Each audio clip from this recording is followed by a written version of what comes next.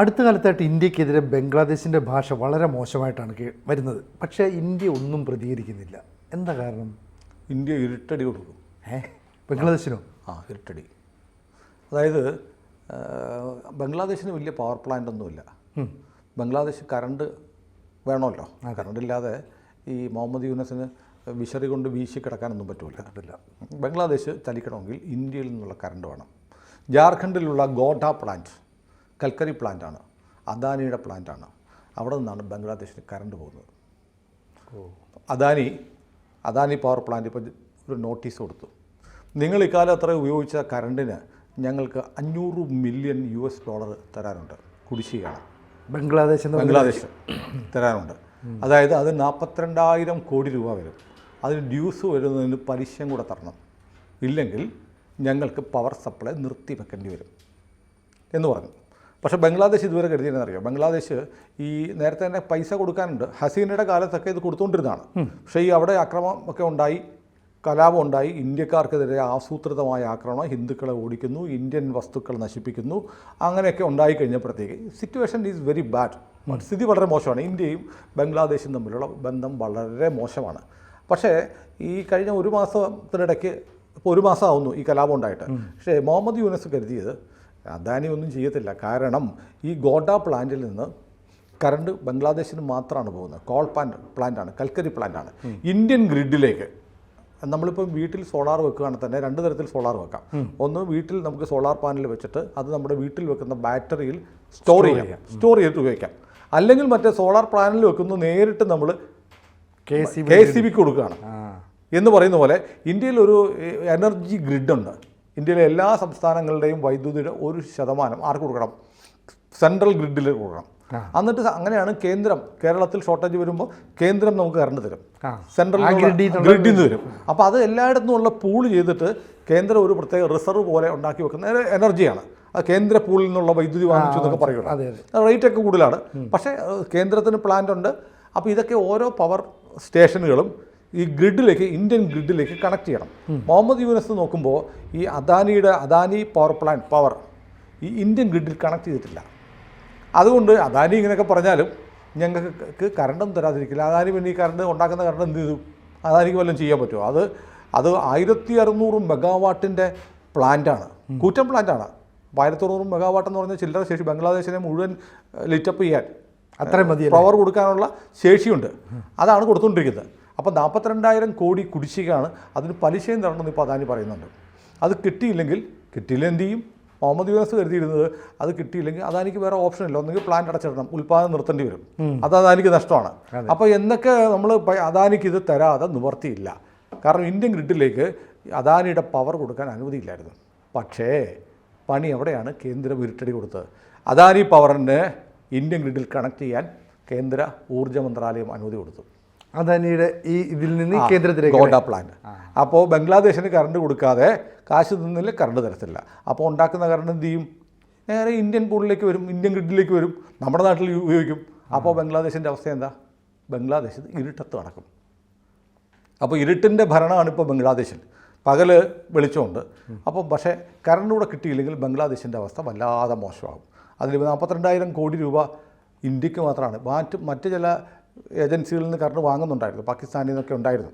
അങ്ങനെ മൊത്തത്തിൽ ബംഗ്ലാദേശിൻ്റെ മൊത്തം ഫ്യൂവലിൻ്റെ എനർജി, അതായത് ഇത് ഇലക്ട്രിസിറ്റി മാത്രമല്ല, ഫ്യൂവൽ, ഊർജ്ജത്തിന് വേണ്ടി ഫ്യൂവൽ, ഡീസലൊക്കെ ഉപയോഗിക്കുന്നത്, ഇതിനെല്ലാം കൂടി 3.7 മില്യൺ അല്ല ബില്യൺ രൂപ ലോകത്തെ പല കമ്പനികൾക്ക് കൊടുക്കാനുണ്ട്.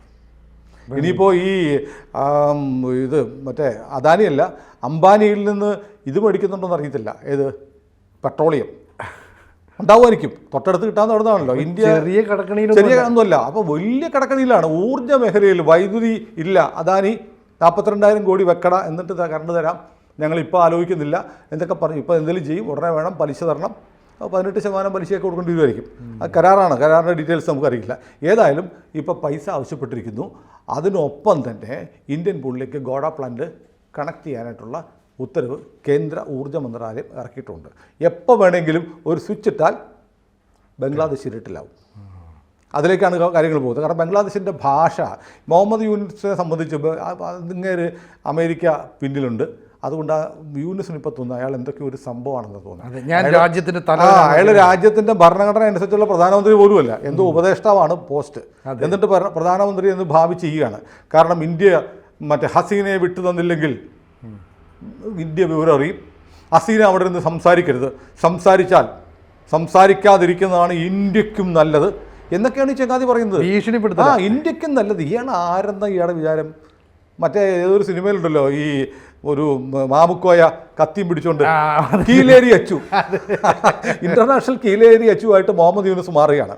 അപ്പോൾ നമ്മൾ ത്രിപുരയിലൊന്നും മഴ പെയ്തപ്പോൾ ഈ ചേട്ടൻ കൈയും കാലിട്ട് അടിച്ച് നമ്മൾ കണ്ടു. 8 ജില്ലയാണ് വെള്ളത്തിൽ പോയി. 3-4 ദിവസം കൊണ്ട് വെള്ളപ്പൊക്കം മാറി. ആ ത്രിപുരയിലുള്ള ഒരു ഡാം നമ്മൾ തുറന്നു വിട്ടു എന്നൊക്കെയാണ് ബംഗ്ലാദേശിൻ്റെ നിലവിളി. ഞങ്ങളെ മുക്കിക്കൊല്ലുന്നതെന്നായിരുന്നു. അപ്പോൾ അത് കഴിഞ്ഞു. ഇപ്പോൾ കറണ്ടിൻ്റെ പ്രശ്നം വരുവാണ്.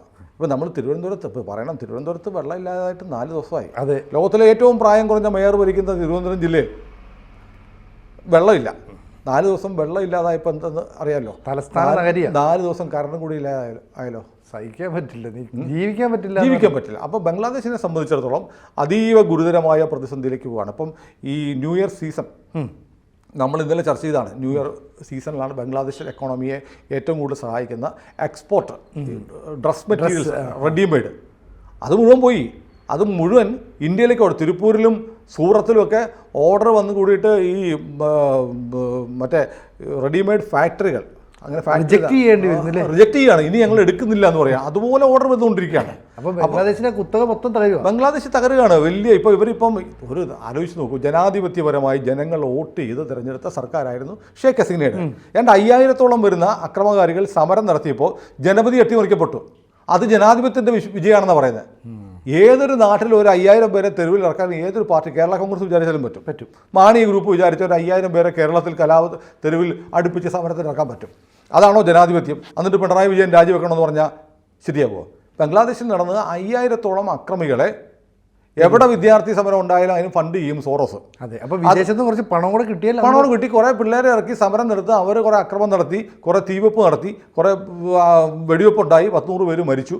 അങ്ങനത്തെ ഒരു സമരം നടത്തി 5000-ഓളം അക്രമകാരികളാണ് ബംഗ്ലാദേശിൻ്റെ ജനാധിപത്യത്തെ അട്ടിമറിച്ച്. ആ അക്രമം, അനാർക്കിസത്തെ, അരാജകത്വത്തെ ജനാധിപത്യത്തിൻ്റെ വിജയമായിട്ടാണ് ഇന്ത്യയിൽ ഉൾപ്പെടെയുള്ള ചില ഊളന്മാർ കാണുന്നത്. രാഹുൽ ഗാന്ധിയൊക്കെ ബംഗ്ലാദേശ് മോഡൽ ഇന്ത്യയിൽ നടപ്പാകുന്ന പറഞ്ഞിരിക്കുന്നത്. ബംഗ്ലാദേശിൽ ഇന്ത്യയിൽ ആവർത്തിക്കും എന്നൊക്കെ പറയുന്ന ആളുകളുണ്ട്. പക്ഷേ ആവർത്തിച്ച് കഴിഞ്ഞ ബംഗ്ലാദേശ് ഇനി എങ്ങനെ ജീവിക്കും എന്നുള്ള വലിയ പ്രശ്നമാണ്.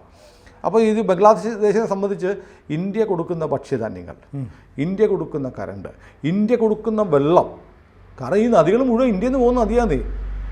അവിടെ ആ നദികളിൽ 59 നദികളോ മറ്റോ, 54 നദികളോ മറ്റോ ബംഗ്ലാദേശും ഇന്ത്യയും കൂടെ വെള്ളം പങ്കുവെക്കുന്നുണ്ട്. അതായത് ഇന്ത്യയിൽ നിന്ന് ഒഴുകി പോകുന്നുണ്ട്.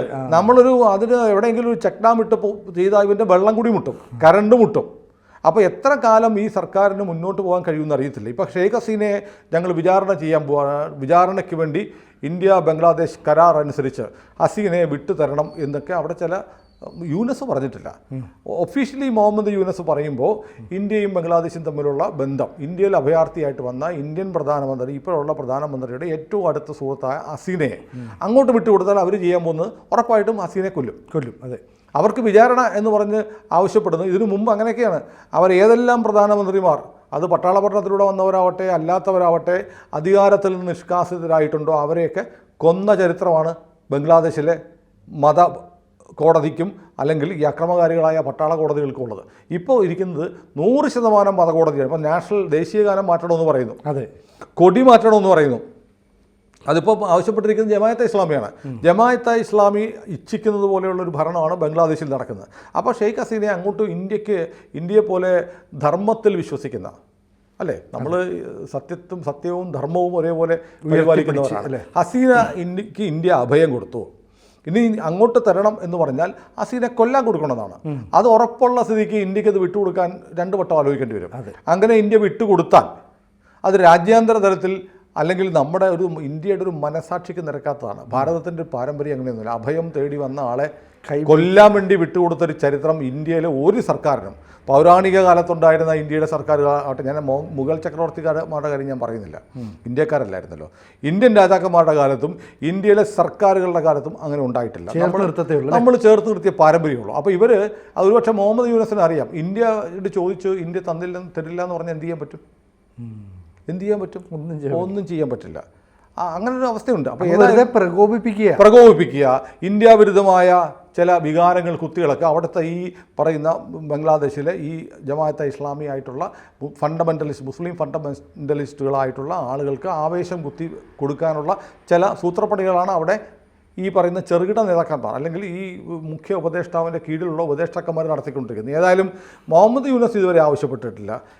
പക്ഷേ ഇന്നല്ലെങ്കിൽ നാളെ അത്തരം ഒരു ആവശ്യം ഉന്നയിക്കുകയും ഇന്ത്യയും ബംഗ്ലാദേശും തമ്മിൽ ഗുരുതരമായ അഭിപ്രായ വ്യത്യാസങ്ങൾ ഉണ്ടാവുകയും സംഘർഷത്തിലേക്ക് പോവുകയും ചെയ്യുന്ന ഒരു സാഹചര്യം ഉണ്ടാകുന്നതിലേക്കാണ് കാര്യങ്ങൾ നീങ്ങുന്നത്. അപ്പോൾ ഔദ്യോഗികപരമായി അവർ ആവശ്യപ്പെട്ടാൽ അതൊരു സംഘർഷത്തിലേക്ക് കൊടുക്കില്ലെന്ന് പറഞ്ഞാൽ ചിലപ്പോൾ ഒരു സംഭവിക്കാൻ പോകുന്നത് അവിടെയുള്ള ഈ അക്രമകാരികൾ വീണ്ടും ഇന്ത്യക്കാർക്കെതിരെ ആക്രമണമൊക്കെ നടത്തിയേക്കാം. അങ്ങനെ ഇനിയൊരു ആക്രമണമൊക്കെ ഉണ്ടായി ഇങ്ങോട്ടൊരു അഭയാർത്ഥി പ്രവാഹം ഉണ്ടാവുകയൊക്കെ ചെയ്താൽ ഇന്ത്യക്ക് അത് അഫോർഡബിൾ ആയിരിക്കത്തില്ല. ഏതായാലും ബംഗ്ലാദേശിന് ഇന്ത്യയുടെ ഇരുട്ടടി കിട്ടുമോ ഇല്ലയോ എന്നുള്ളത് 2-3 ദിവസം അറിയാം. പക്ഷേ ഇരുട്ടടി കിട്ടാനാണ് സാധ്യത. അല്ലെങ്കിൽ 42,000 കോടി രൂപ മിനിമം അദാനിക്ക് ബംഗ്ലാദേശ് കൊടുക്കേണ്ടി വരും. ഇവിടെ വളരെ പ്രധാനപ്പെട്ട ഒരു കാര്യമുണ്ട്. ഇപ്പോൾ കെനിയയുടെ കാര്യം നമ്മൾ പറഞ്ഞു. കെനിയയിൽ ഒരു തുറമുഖം അദാനി ഏറ്റെടുക്കുകയാണ്. അങ്ങനെ ലോകത്തിൻ്റെ പല ഭാഗത്തും അദാനി ഗ്രൂപ്പിന് കമ്പനികളുണ്ട്, ഇൻ്റർനാഷണൽ എഗ്രിമെൻറ്റ്സും ഉണ്ട്.